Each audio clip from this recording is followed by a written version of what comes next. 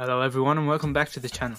Earlier on I made a review of Sonic 3, please check that out by the way, where I talked about what I would like to see from Sonic 4. And since we know now that it's coming out in March of 2027, and on top of that we got to see their new logo, I'd like to talk about what I'd like to see from Sonic 4.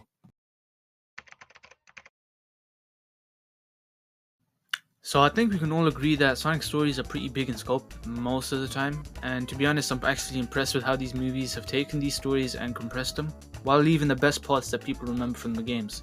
Though, like I mentioned before, there's only so much that you can cover in a movie that'll be at most 2 hours. What I'm getting at here is that it's kinda uncertain which game Sonic 4 will take the story from. I think the main story a lot of people are thinking is Sonic CD, which I mean yeah, it makes the most sense since both Metal Sonic and Amy show up in the post credits, but these movies have always taken plots from different Sonic games and mixed them together, with Sonic 2 being an example of what I think it was a mix of Sonic 3 and Knuckles, with parts of Sonic 2 thrown in, with Labyrinth Zone from Sonic 1 showing up too. What I think is that the main bulk of the story will probably be taken from Sonic CD, which I'm a massive fan of by the way. But Jeff Fowler and the rest of the crew have said that they'd like to introduce more Sonic characters and take the focus away from the humans going forward. So what game do you think a lot of characters would suit? Me personally, I think it would be Sonic Heroes. I also mentioned before in my Sonic 3 review how I thought Sonic 4 should be a two-part, and I still think that to be honest, since if they're gonna mix both Sonic Heroes and Sonic CD stories together, as well as maybe Sonic 06 if Silver happens to show up, then yeah, that'll be too much for one movie.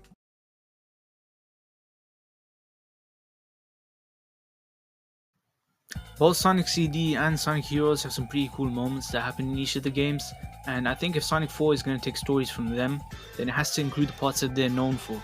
Me personally, I want the soundtrack to be amazing in Sonic 4. Every soundtrack has to be a bop, since Sonic CD is one of the best soundtracks in the series, hands down, so they can't butcher this one when it comes to music. But hopefully Sonic 3 is a good sign that the soundtrack will probably include more tracks from the games, hopefully. Speaking of which, since Metal Sonic's gonna play a huge part in this movie, the race at Stardust Speedway is obligatory with the music and everything. I know it might be hard to translate that into live action, but they'll be able to figure out something. Like we've seen from the concept art that Sonic may have time traveled to a bad future where Eggman has conquered the world, which is where Sonic CD comes in, so maybe this different take on the world that Sonic's in, it could have more landmarks like Stardust Speedway, Port Squadron, etc. I also think that maybe near the end, they'll probably have to tease Neo Metal Sonic in some way, since if they're gonna adapt Sonic Heroes as well, then it makes sense to, since there's also a rumored Sonic Heroes remake coming out, which you can see a video I made of by the way.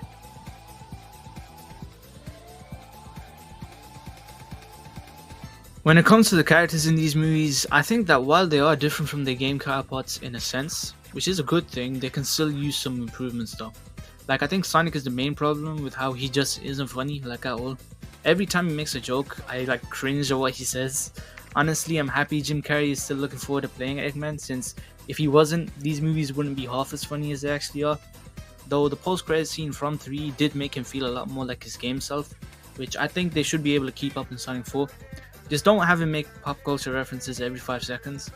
With Tails and Knuckles, I really like how they are right now. Like, their dynamic with Sonic is one of the best I've ever seen Team Sonic, even when comparing it to the games.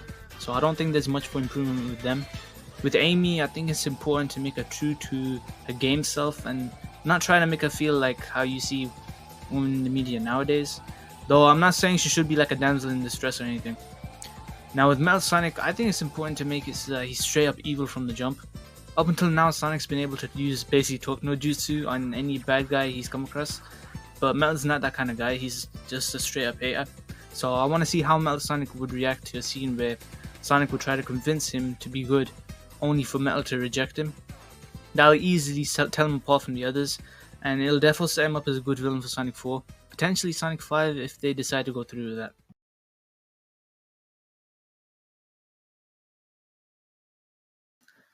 To close everything off, I want Sonic 4 to keep up with everything that Sonic 3 had to offer and add more parts from the games, but also be able to manage the scope of the stories that they're planning on using, since it can be a lot to put into one movie. But from the looks of things, I have faith that the crew behind these movies can deliver. Thank you for watching through the video, please like and subscribe for future content, and I'll see you all in the next video. Peace.